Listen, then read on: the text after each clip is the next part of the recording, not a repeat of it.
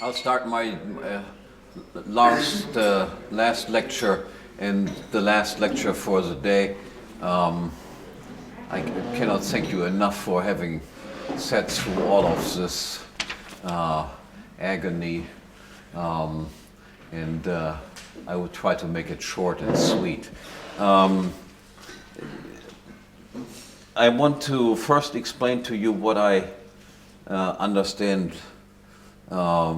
by the problem of social order. Imagine Robinson Crusoe alone on his island. There we have no problem of social order. Robinson Crusoe can do whatever he wants to do. No question arises what is right, what is wrong, and so forth. Now assume that we have a second person and then a problem of social order does arise. So Friday appears on the island, and let's assume for a moment that this island is the Garden of Eden, with which of course we are all familiar. And in this Garden of Eden there exists a superabundance of all goods. And insofar as there exists a superabundance of goods, it is not conceivable that Robinson Crusoe and Friday could get in a conflict with each other.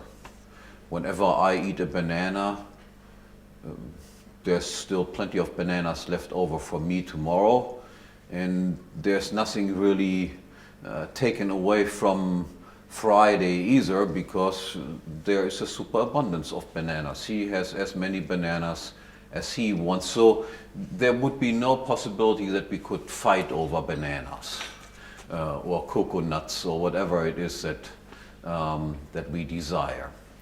As long as a superabundance of goods exists, conflicts over such goods are impossible. There exists, however, even in the Garden of Eden, a scarcity with regard to two things. The first is our physical bodies. I have only one, Crusoe has only one, Friday has only one. I do not have a superabundance of bodies. So if Friday wants to do something to the body of Crusoe, or Crusoe wants to do something to the body of Friday, there is a conflict between them. A conflict over scarce resources. Secondly, what is scarce is our standing room. Whatever place I occupy cannot be at the same time occupied by Friday. So we can also have a conflict over who can stand at what place. The problem of social order is then to develop rules that make it possible that otherwise unavoidable conflict can conceivably be avoided. And the way to do this is through rules of property. Rules of property being rules that regulate who and who not should have exclusive control over scarce resources, so that conflicts can be avoided. Now, what rules would be accepted in the Garden of Eden, without going into a great explanation why, is intuitively plausible. And I'll give some more elaborate justifications for that as we go along, but at the moment it's entirely sufficient to just appeal to intuition. So in the Garden of Eden, the rules that Friday and Crusoe most likely would accept is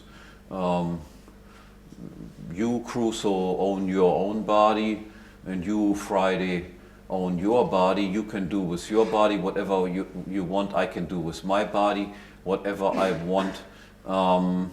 Only if I invite you can you do something to my body.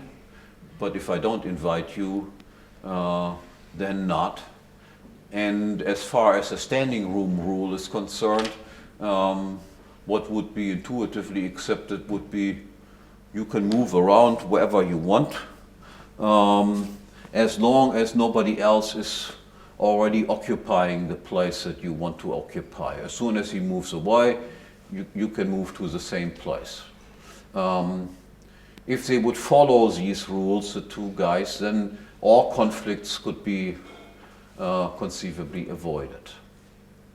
So now we leave the Garden of Eden and enter the real world, and the only distinction between the real world and the Garden of Eden is the fact that in the real world we have scarcity of lots of things.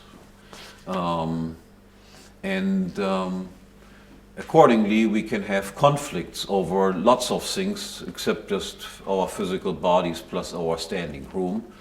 And again, the object of social order is to formulate rules of exclusive control, property rules that assign exclusive control over some scarce to one individual rather than another individual in order to make it possible that they can possibly avoid conflict that otherwise would have to arise due to the fact that there is no rule that regulates who exclusively controls this and who exclusively controls something else. Now let me give you first the rules that I think would likely be accepted and then give you a justification for these rules. These rules, by the way, are not rules that I have drawn out of my hat. These are rules that you find basically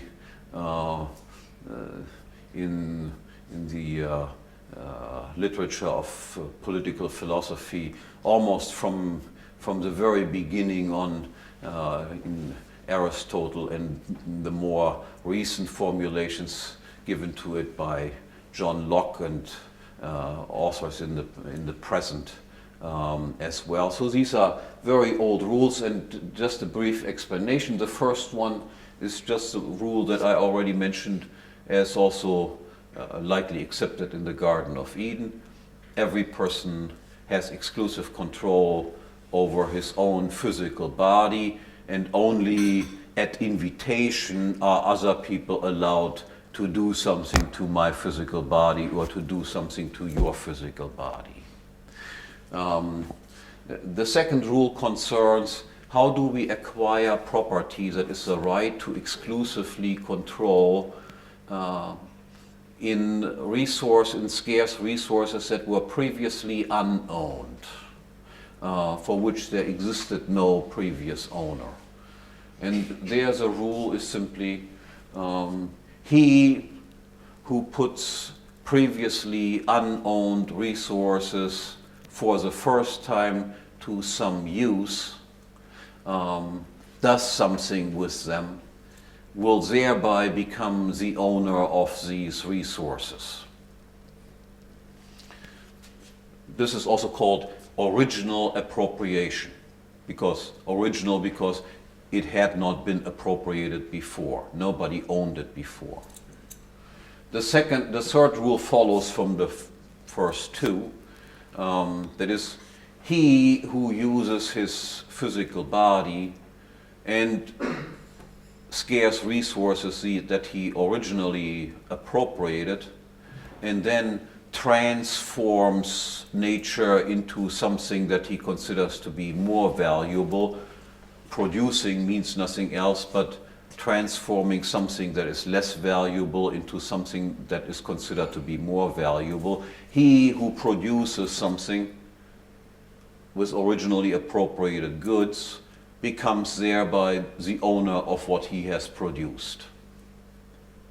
And finally, property the right to exclusively control scarce resources can also be acquired by a voluntary transfer from someone who was the previous owner of these things to a later owner. Okay. Those are, by and large, also the rules that people do follow in their daily life. Let me just, from an intuitive point of view here, just make the point. Even little children, for instance, adhere to this rule whenever they fight over toys or so. Their standard argument is, of course, you know, I played with the toy first, and only if I drop the toy, then you are permitted to maybe play with the toy. But as long as I'm playing with it, I'm the one who is on control. Now to a justification of these rules. And I want to choose two approaches to justify these rules. The first approach is by simply denying them and showing what's wrong with the opposite of these rules. Now, we can think of one opposite to the first rule, and that would be a system of slavery. Instead of everyone being the owner of his own body, we can, of course, imagine a system where I'm the owner of your body, but you are not the owner of my body. That's one alternative. Now, what's wrong with the system of slavery? The standard argument against slavery is that all rules that aspire to be ethical rules must be universalizable. That is to say, they must apply to everyone in the same way. Another way to say the same thing is ethical rules have to fulfill the requirement of the so-called golden rule of ethics. That is to say, what you do not want to be done unto you, don't do unto others. And here we have a system that does not fulfill the universalization criterion. We have, in fact, two sets of rules. One set for the slave masters, or the Übermensch, and one set of rules for the slaves, or the Untermensch. That by definition does not qualify as an ethic. The slave would never possibly agree to such a system as a fair system of social order. And the second alternative we might call universal communism. Now, this is the idea that I own a 40th part of you, and you own a 40th part of me. You realize that this rule does fulfill the universalization criterion, because we do not make any distinction. The same right applies, so to speak, to all of us. We are treated indeed equally. However, this problem has even more severe, this solution has even more severe problems than the first one. Slavery, at least, we can put into effect. As a matter of fact, we know slavery has existed for long periods in history and still exists at some places. But a system of universal communism cannot even be implemented for the following reason. Let's say I want to step from here to here. Am I allowed to do this? The answer is, of course, no, because after all, I only own a 40th of myself. So what would be necessary for me in order to make a step like this? The permission of all of you who are my co-owners. But then the problem only begins, because what is necessary for you to give me permission? What is as minimum necessary is that you say, yes, Hoppe, you can do this. But are you permitted to say, yes, Hoppe, you can do this? And the answer is, of course, no, you are not permitted to say that, because you only own a 40th of your vocal cords. So you could not open the mouth without having my permission, but I cannot give you permission either, because I am only a 40th owner of my own vocal cords myself. So this would lead to a situation where we all would have to just stand, never do anything, and die out. Obviously, any type of ethic, any type of legal system must be a legal system that allows humans to survive. This system does not even qualify as that, so we can forget that. Those are the only two alternatives that we have to this rule. We are stuck with this one. Let's take this one also. I don't have to go through these, because these basically follow from the first two. So there we can imagine again, as an alternative, it would not be the first user who becomes the owner of something, but somebody later who becomes the owner of this. What is the problem with this rule? Now, this rule is also deadly, because if the first owner is not allowed to appropriate something, nobody can be the first owner, then the second one would become the first owner. He also could not acquire it.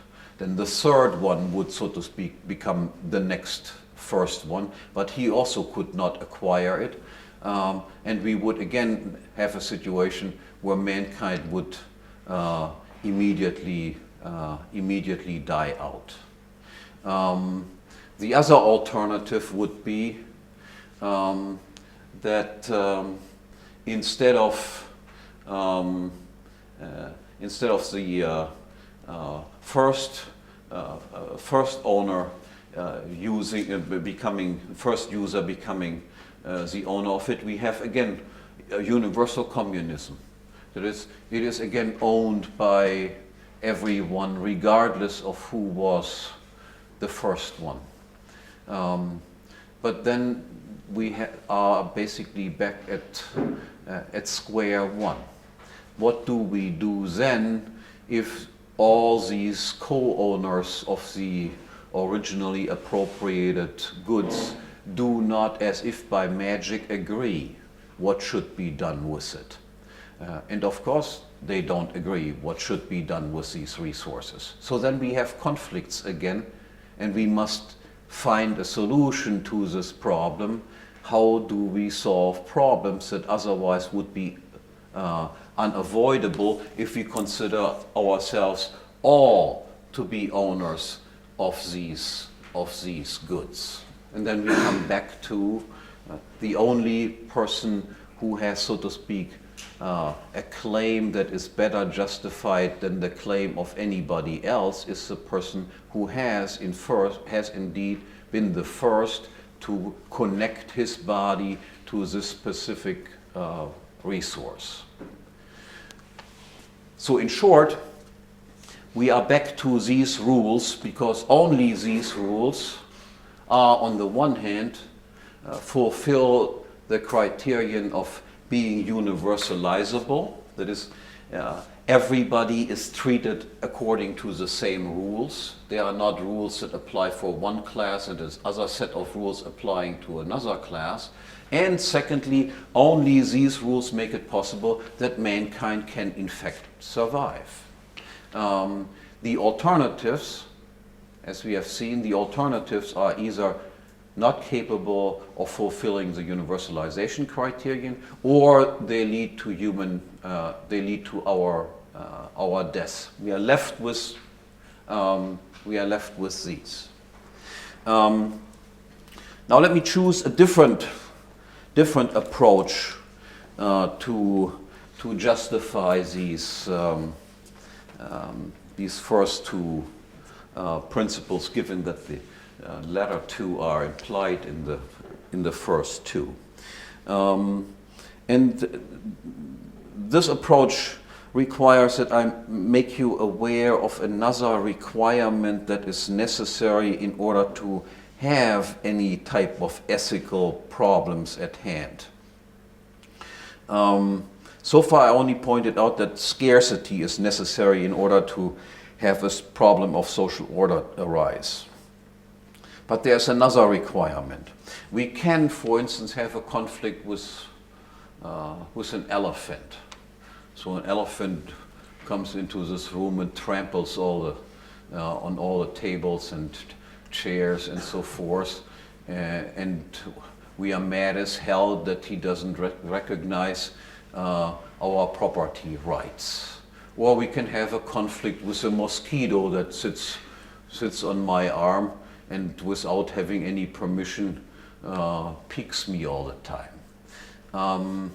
Do we in this situation have a problem that we might call an ethical problem in front of us? And the answer is no, of course not. This is just a technical problem. Why is it not an ethical problem? It is not an ethical problem because I cannot talk to the elephant. I cannot just say, look, elephant, don't you know how to behave? Didn't your parents raise you in the right way and all of it? Didn't you see that I was here first and all the rest of it? It makes no sense. So I have to just learn how to deal with the elephant. Fence him in, shoot him down, whatever it is, put chains around him.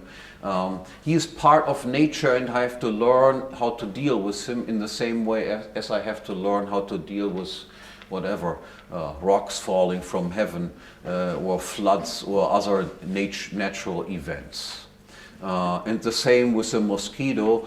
I solve the problem by simply smashing the mosquito. Or also talking to him, just don't you get the point? But obviously to no avail.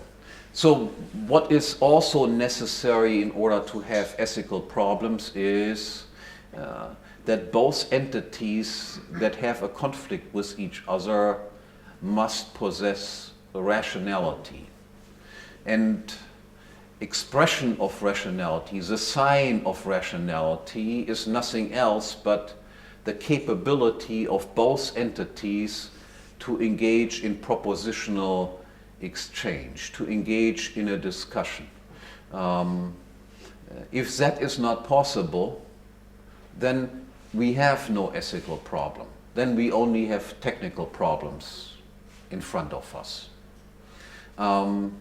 Now, given that all of these ethical problems that arise out of having conflicts with other entities must be, if they can be solved at all, must be solved in the form of argumentation, talking back and forth, and given the fact that talking back and forth, being a proponent of a certain thesis and talking to an opponent, and the opponent talking back to the proponent, and the proponent then talking back to the opponent, since this arguing does not just consist of free-floating sounds, but requires the use of our physical body, of our vocal cords, of our brains, and so forth.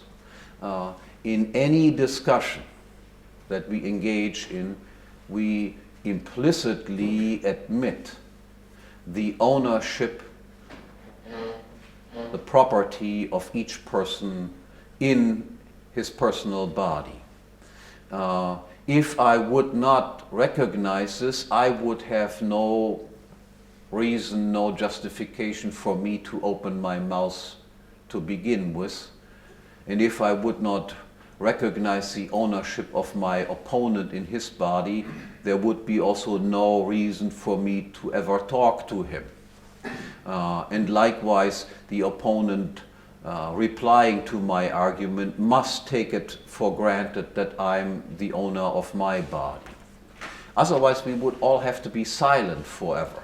But if we were silent forever, so to speak, then nobody can ask for any justification of anything. As soon as we begin to talk to each other, then and ask for justifications of any kind, then implicitly we must admit our mutual recognition of our property in our own body. That is also what makes it possible for us to agree on the fact that we have disagreed. This mutual recognition of our own physical body. So this is what Professor Hülsmann mentioned before. The right to be a self-owner cannot be denied at pain of self-contradiction. Anybody who would deny this would be involved in a contradiction. And so we can say no other ethic except this one, everybody is a self-owner, can be defended without being involved in a contradiction. All other ethics, all other proposals that people might make do land you in a contradiction and are, because of this, so to speak, from a rational point of view, untenable positions. When it comes to the first use, first own rule, the appropriation of things outside of our body, the justification for this, again very briefly, goes something like this. We either can acquire property in other things by declaration, by simply saying, I'm the owner of this sort of thing. This is, by the way, how governments acquire their property. They just stand around and look and say, oh, here, as far as the eye can see, this is what I claim to be mine. Or we can acquire property by specific actions. Now, if we could acquire property by declaration, then we run into fundamental problems again. Because people can have different declarations. Okay? You declare, as far as the eye can see, that's all mine, and I say, as far as my eye can see, it's also mine. So then we are back at square one. There are still conflicts out there, and the purpose that we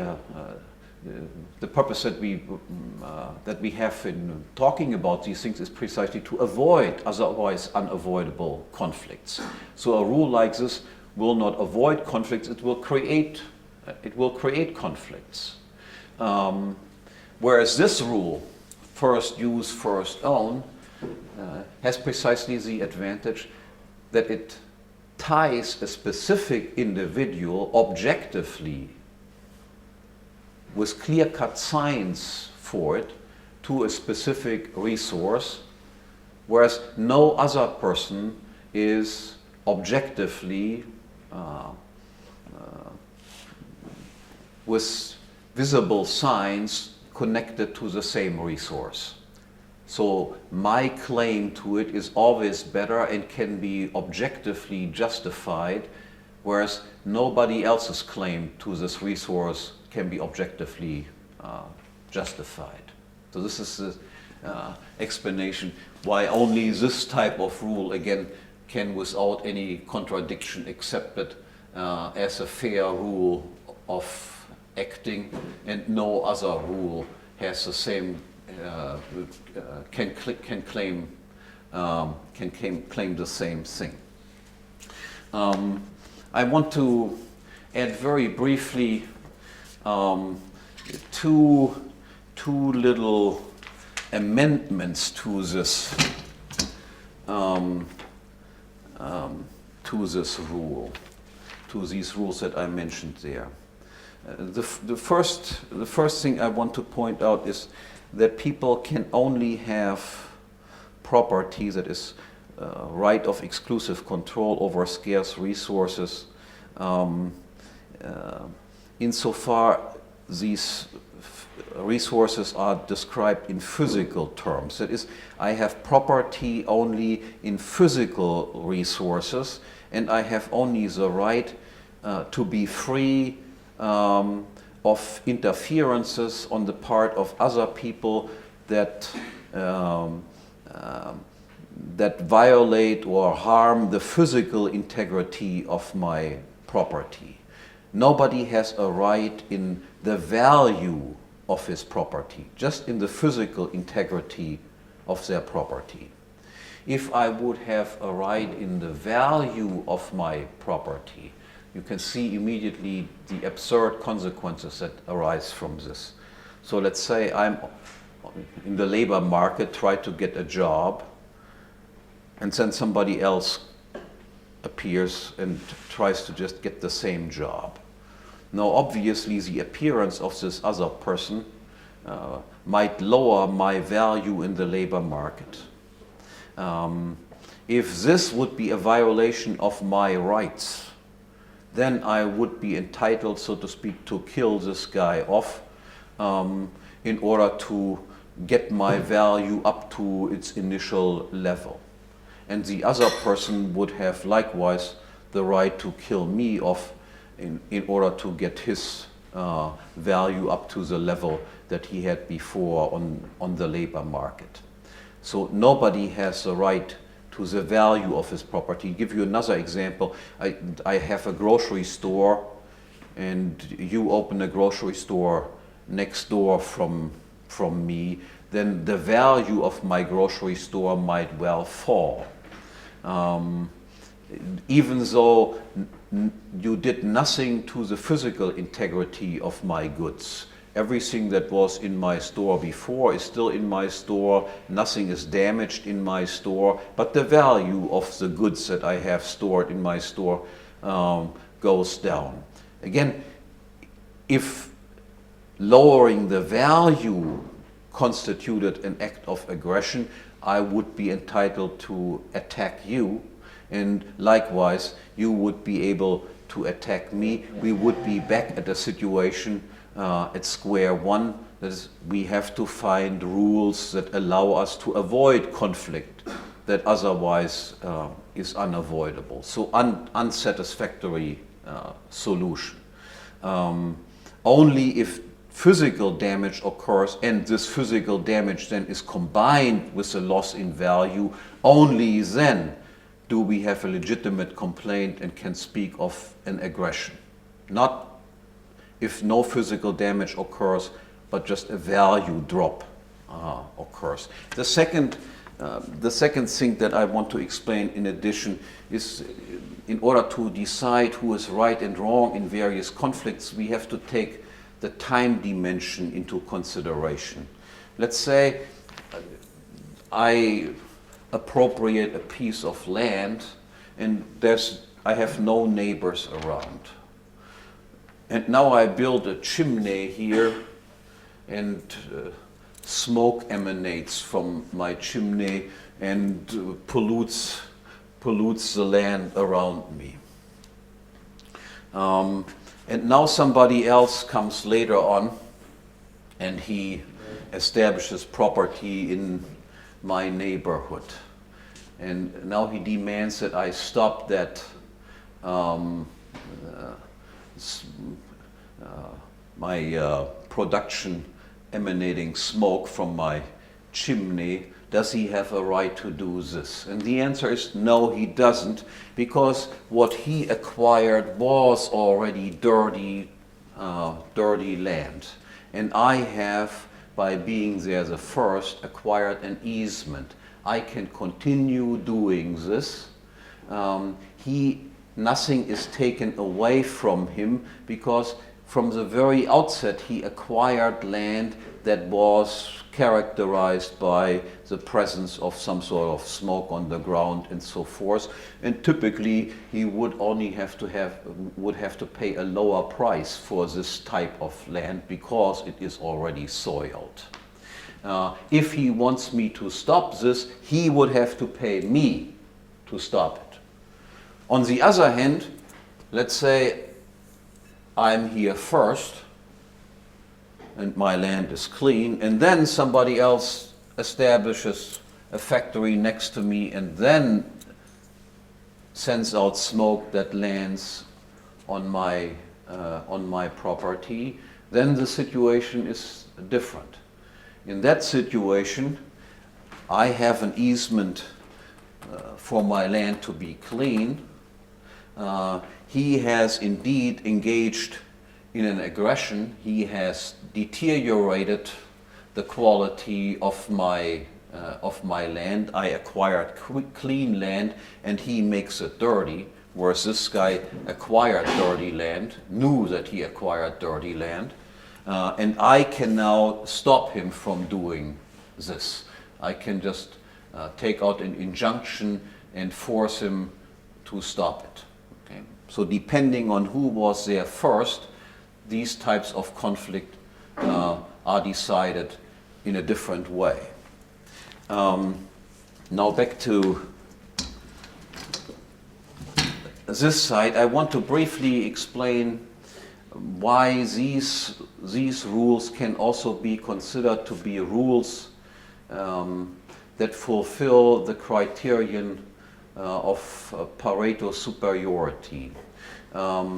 Recall, because we cannot measure utility and cannot engage in interpersonal comparisons of utility, we can only speak of an increase in social utility if at least one person gains and no other person loses in utility.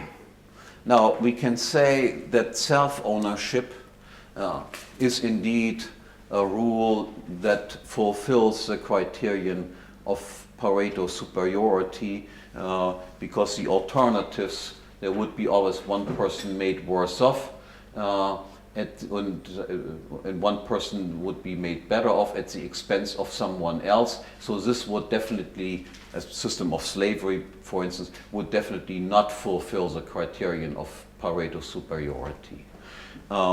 First use, first own, the principle. The person who acquires something for the very first time that was previously unowned is certainly made better off by doing this, otherwise he would not have done it.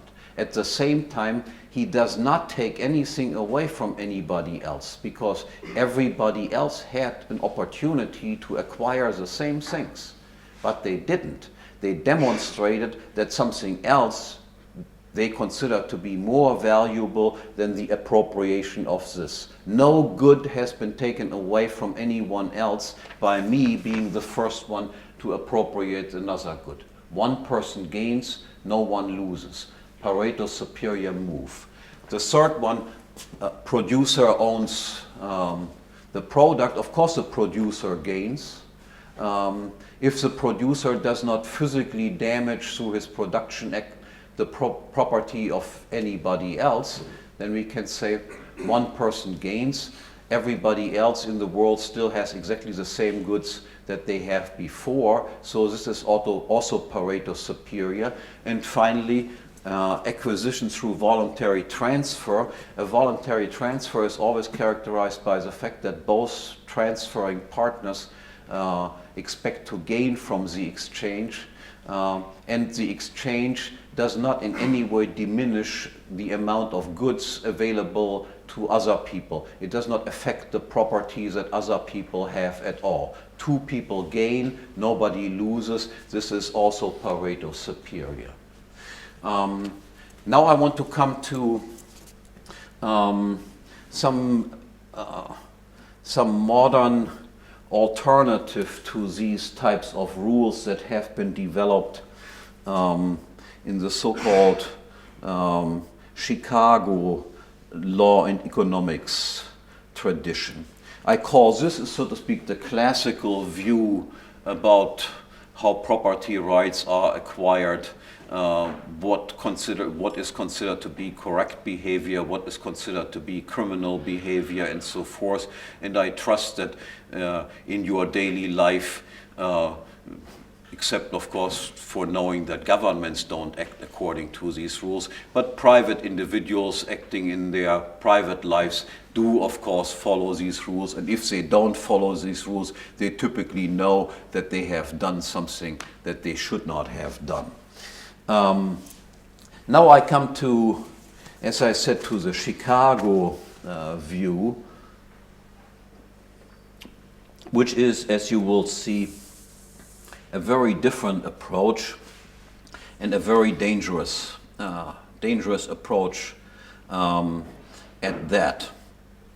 And I want to explain that by using an example. And I have, when I talk about Chicago law and economics tradition, I have in particular in mind Ronald Coase and Richard Posner. Two of the most, Coase by far the most prominent man in this field, and Posner his Atlatus. And I want to use an example that Coase gives of a conflict. I want to explain how this is solved, so to speak, in the traditional way, and how he will solve it instead. The problem is that he describes is something like goes something like this. There is a railroad that emits sparks, and these sparks burn down the wheat of an adjacent farm.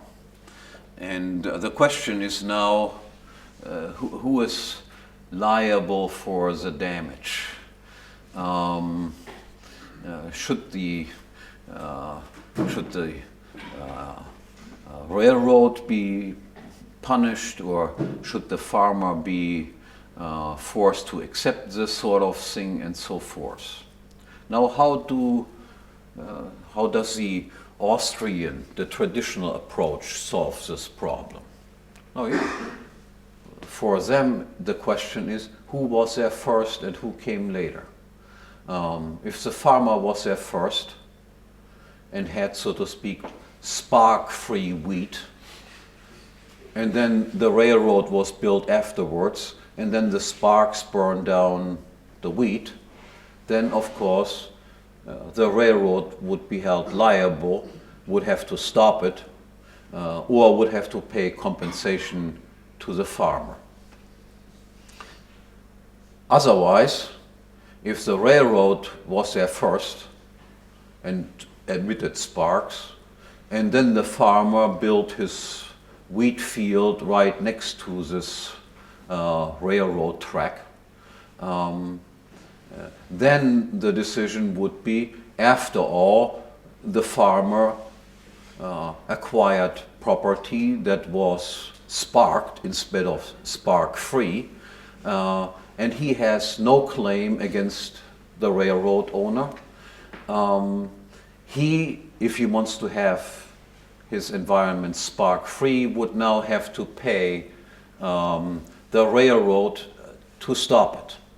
So depending on who was there first, the case would be decided either in favor of the farmer or in favor of the railroad.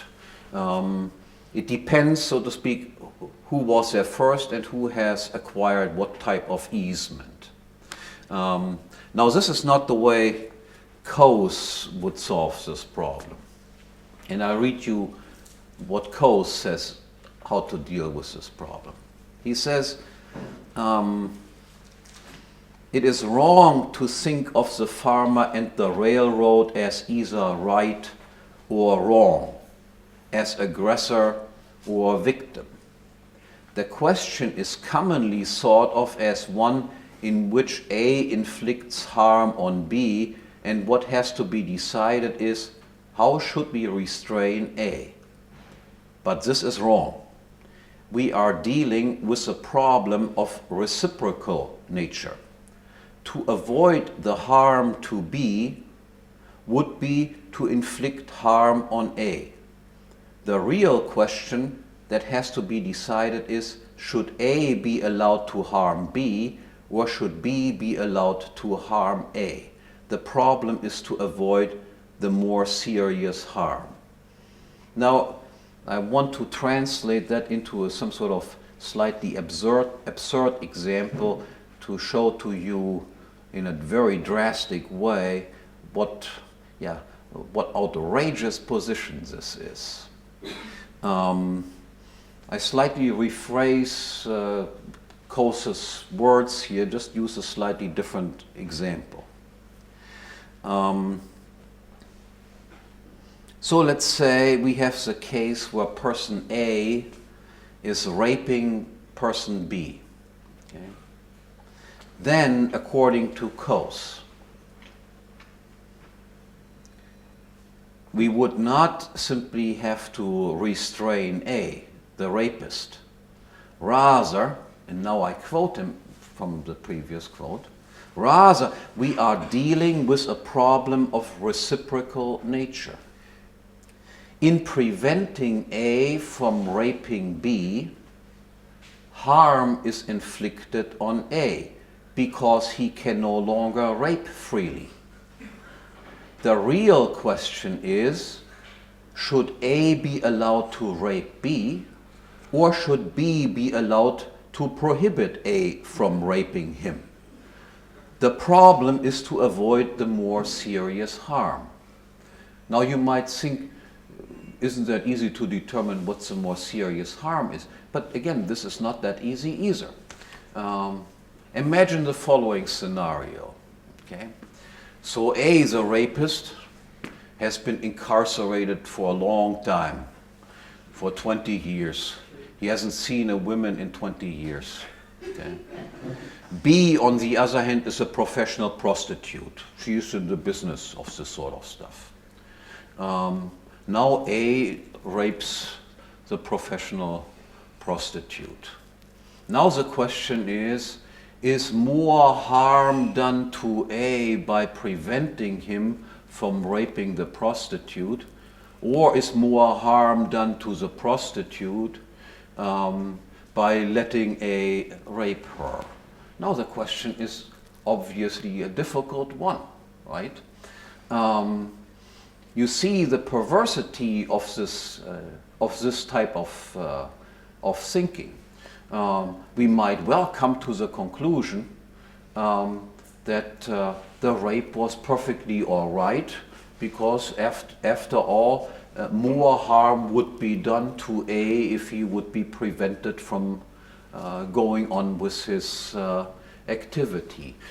To underscore the absurdity of this position even more, let me give you some other marvelous insights from this time from Mr. Posner. So Mr. Posner, for instance, says, and this is by and large the same idea as we find in Coase, he says, an act of injustice is defined as an act that reduces the wealth of society. And by implication, an act of justice is defined as an act that increases the wealth of society. Now I want to give you a few, and he gives, for instance, one example which sounds relatively harmless, and then I will give you a few more absurd examples. So he says, for instance, suppose a polluting factory lowers residential property values in an area by $2 million, but that it would cost the factory $3 million to relocate. On this basis, the factory prevails. It can stay there. The residential property values are only reduced by 2 millions, and relocation would take 3 millions. So if the purpose is to increase wealth in society, if this is just, then of course the factory should prevail, should stay there. Now change the numbers. So if residential property values are reduced by $3 million and relocation costs are $2 million, then we would have to force the company to relocate because that would increase social wealth. Okay? And if the situation changes in the course of time, then again, relocations might be necessary. Now I want to give you a few more ridiculous examples to show what evil consequences this view has on law. Because it implies basically that people have no longer any stable property rights at all. That property rights become something that is flexible and can be reassigned depending on changing circumstances. So you have a wallet in your pocket, and I know that the plan that you have with the money in your wallet is to go out tonight and get drunk. Okay. I, on the other hand, my plan is to use this money in order to make an investment that will yield tons of money. Based on this criterion that just is what increases value, wealth, and unjust is what decreases social wealth, it would be perfectly just for me to go to him, take his wallet out of his pocket, and appropriate myself, because after all, he would reduce social wealth by drinking away his money, and I would increase social wealth by investing it in a careful way. And then let's say after 3 weeks, I turn into a bum and he sobers up. So then he can come back to me and say, no, I'm robbing you of your wallet because I have the feeling that you, through your actions, will reduce social wealth, but I'm a healed man, and I will invest this money in a careful way. So now the wallet belongs to me all of a sudden, again. To give you another beautiful example here from Kosner himself. Again, always keep in mind, whatever reduces wealth is an act of injustice, needs to be punished. Whatever increases wealth is a just act that needs to be promoted. So he asks us,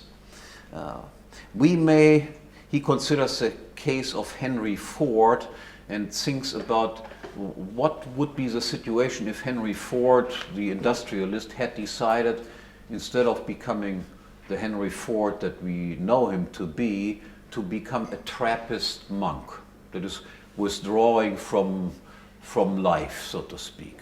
And then he writes, we may be reasonably confident that the American people would be poorer if Henry Ford had decided to become a Trappist monk rather than an automobile manufacturer. Thus, would it have been justified to enslave Ford so that he would indeed become the Ford that we know instead of a monk? Surely, if wealth maximization is just, and Ford then would have no property right in himself. We would have to enslave him, taking out of this cloisters there and put him behind the assembly line so that he finally acts in a just way rather than unjust, withdrawing from society and reducing the potential social wealth. And then he says this: if there is a taste for pure solitude, that is, for seclusion unrelated to social interaction, this is a selfish emotion. So if you just want to just be alone and not have any dealings with people, solitary activity benefits only the actor. Work, on the other hand, confers benefits on others. There is thus a sense in which the person who works is unselfish, while the individual who retires from the world reduces his contribution to the wealth of other people in society. So what's the consequence of this? All retired people should be enslaved so that they continue to contribute to the wealth in society, because if they just simply retire from society, they are acting in an unjust way.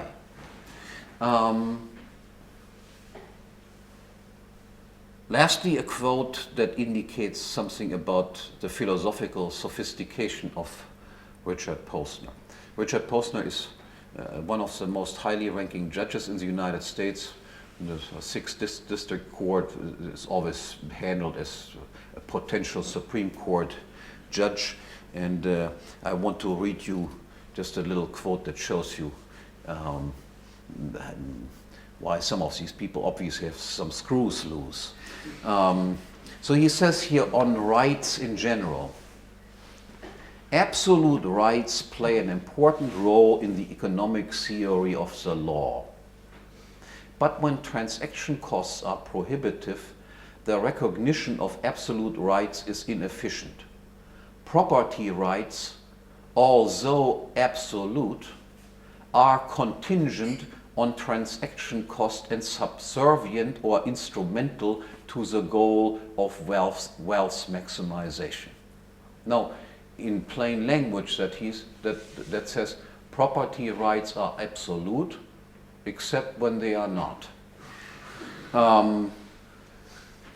Now, this Chicago view that just is what increases wealth and what decreases wealth is unjust, does not even guarantee that wealth in society will indeed be maximized. Because you realize this rule, of course, implies that property rights are variably assigned. They can be given to you if you promise certain things. They can be taken from you if you don't promise certain things. But if property rights become variable instead of being fixed once and for all, then of course the amount of investment and saving will dramatically reduce as compared to a situation when people are secure in their private property rights. That is, their rule will not even accomplish the goal that they set themselves. And lastly, let me make you aware that to a certain extent these Chicago perversities have already in a drastic way affected American jurisdiction.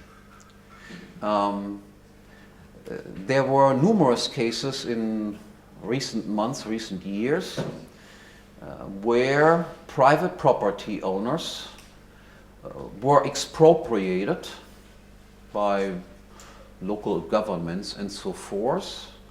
And this property was not used in order to whatever build roads or so. This property was then simply transferred to another private property owner with what justification?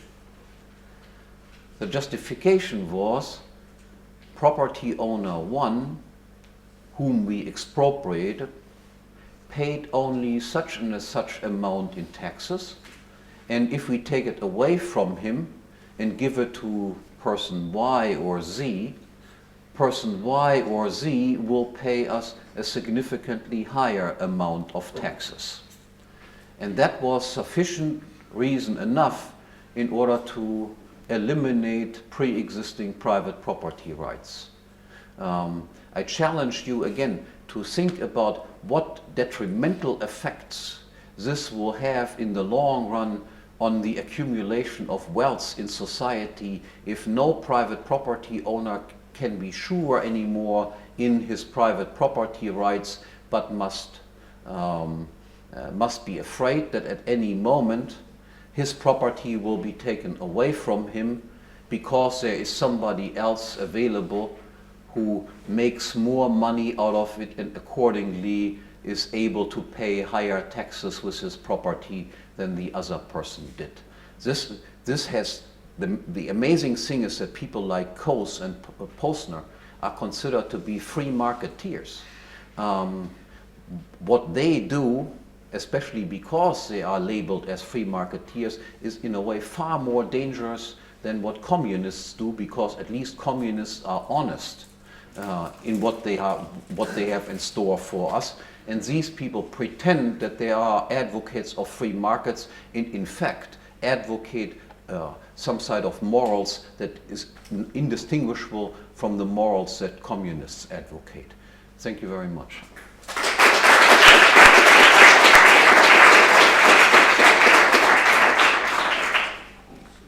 The criticism that I often hear against the rules that you put on board, because I use them myself, is against rule number 2 on the original appropriation of property and property rights as such, from people who advocate a more sort of user rights, you know, where the right of property ceases the moment you stop using things. And they argue that does not violate the universal principle, because this is a rule that applies to everybody and all property or all things. Is there a logical argument against that, or purely a utilitarian argument? No, I think only if you openly declare that you abandon the property, then it would be available to other individuals. But what is wrong with acquiring a certain piece of land and then preserving it, let's say, as a nature park, for instance? That is not to continue transforming it in any other way, but just leaving it as a nature preserve. Only if you abandon it, declare, I have abandoned it, then other people would have a right to it. I mean, otherwise, look, the absurd consequences are something like this. You have a house and you have a sofa. Most of the time you don't sit on the sofa. So does that mean that anybody can now come and say, no, yeah, the sofa is not used right now, so I'm just sitting on his sofa. You go on vacation, your house is empty. People say, yeah, the house is empty. This is of course free and ready for occupation by other individuals. If this would be a right, again, there would be no stability of private property rights at all, because at all times, almost all the things that you consider your property are not used, right? I mean, your car is not used right now. Practically everything that you consider your property, except your suit and your pants and your shoes that you just make use of at this moment, all of that is abandoned. That would mean we have chaos instantly. Nobody would own basically anything except those things that they carry around. Everything else would be just ready to be grabbed by anyone who feels like grabbing it, as long as it is not currently being made use of. So it would have absolutely absurd consequences.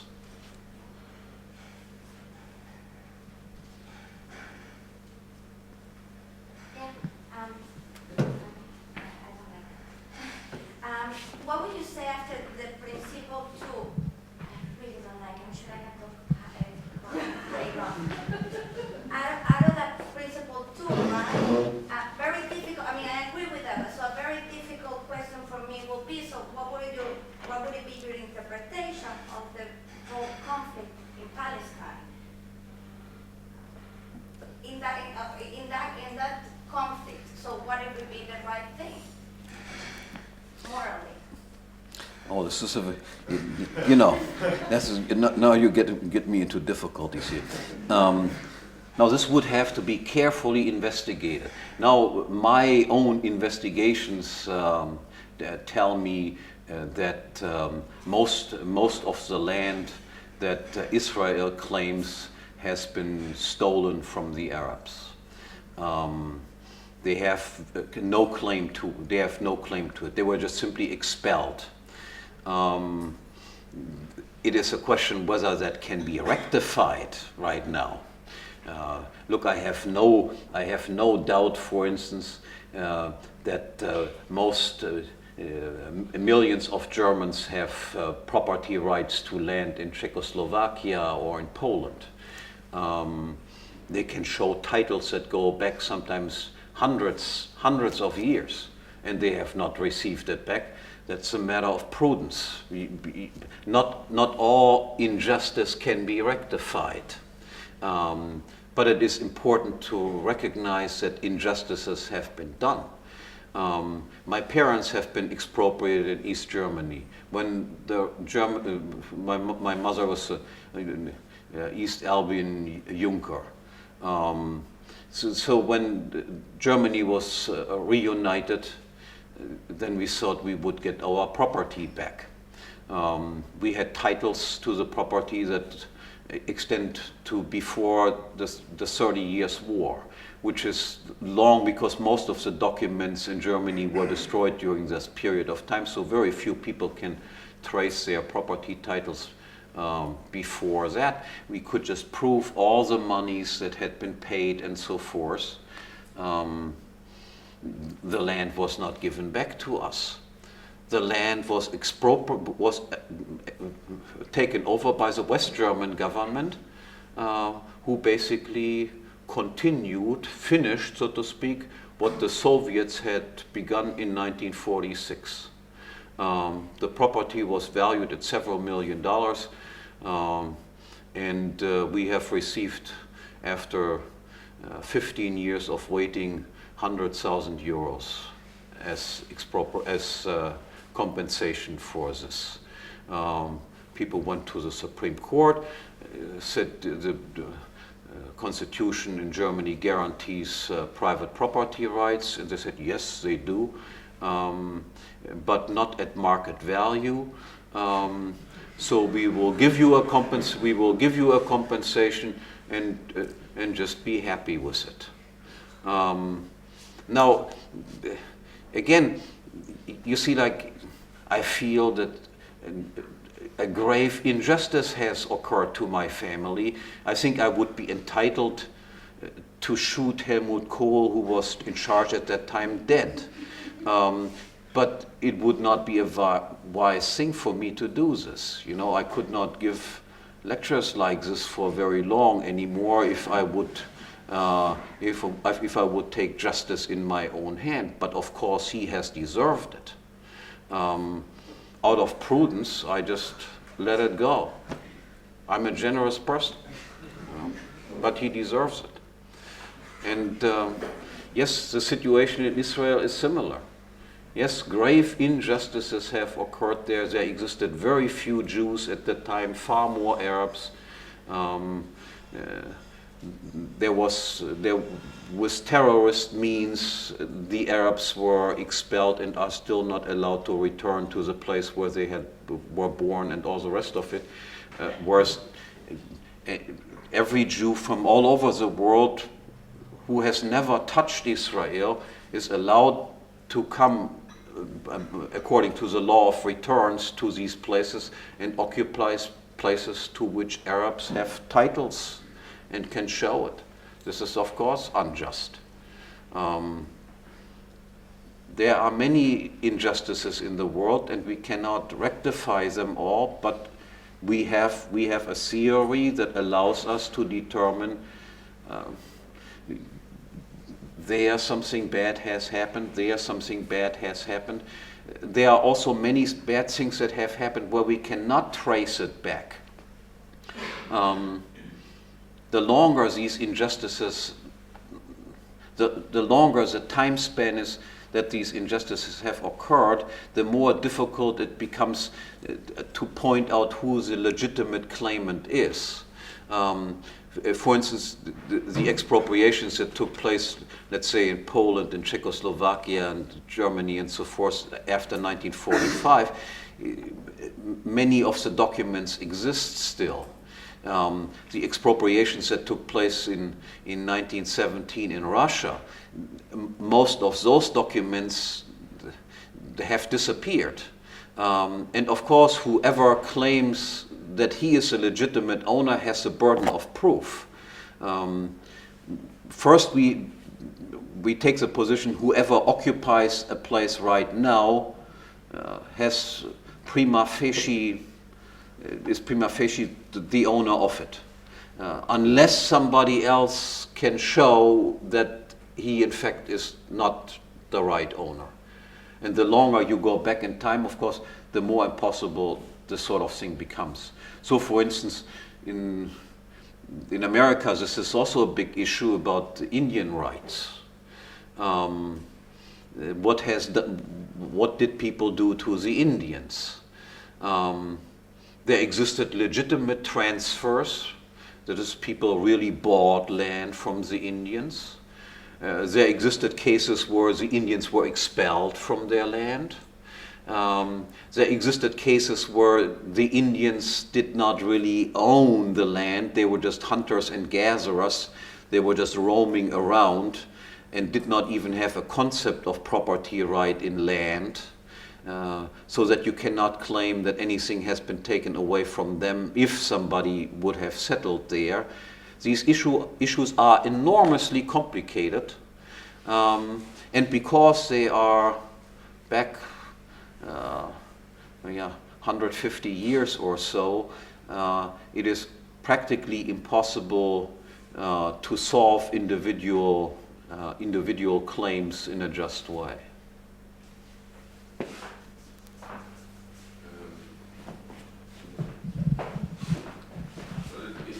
It seems that retiring Hülsmann would increase social wealth, so maybe we should think about that. Yeah, I think that would increase social wealth also. Yeah. I have two questions. First, the thing about the building a factory next to a property and polluting the property that was there first,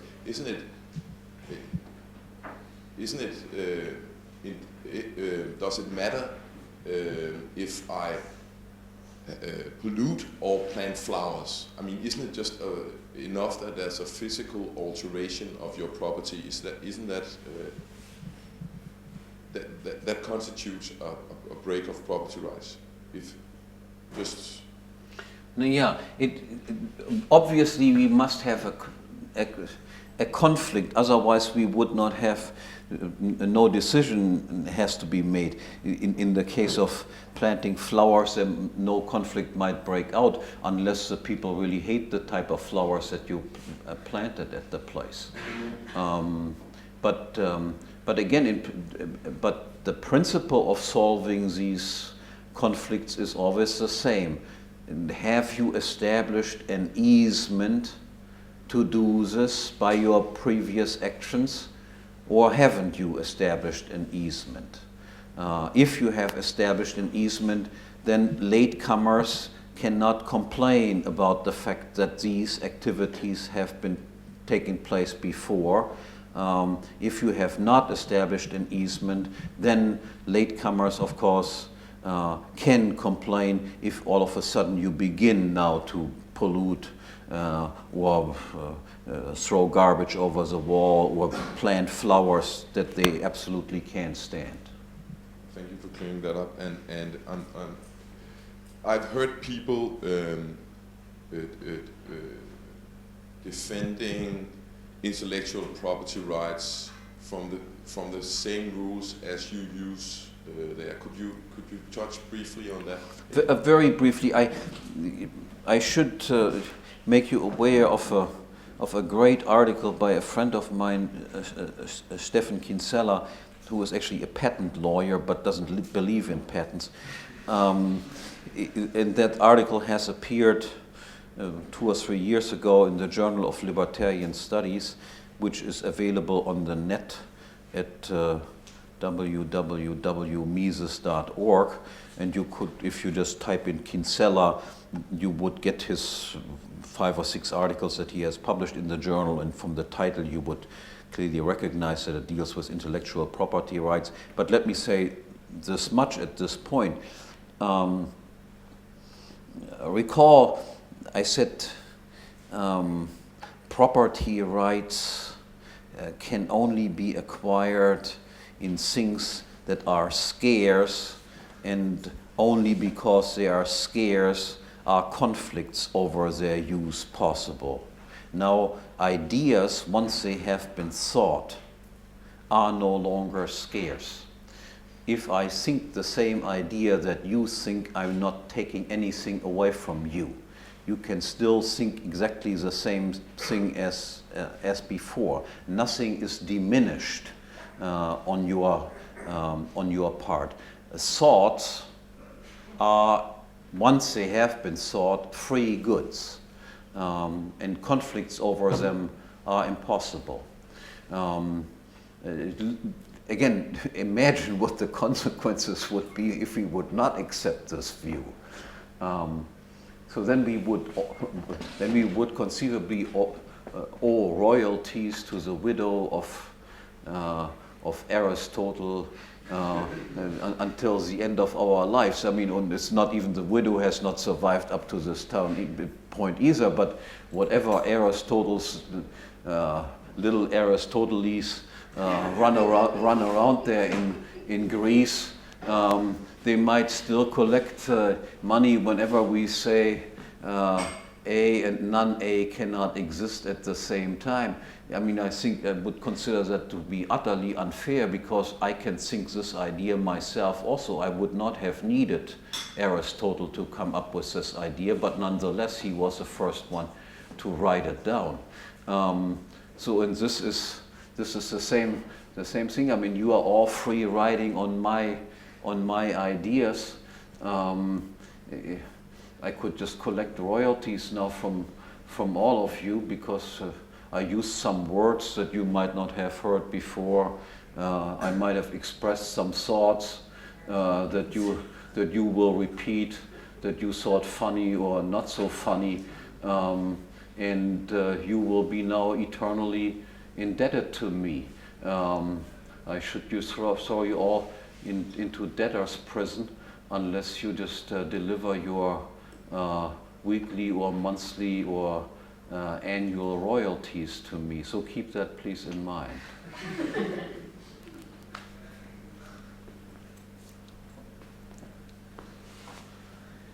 In that case, thank you all again for your patience, and it was a pleasure to be here. And I think I speak also for Guido Hülsmann, who is already drinking someplace, I assume.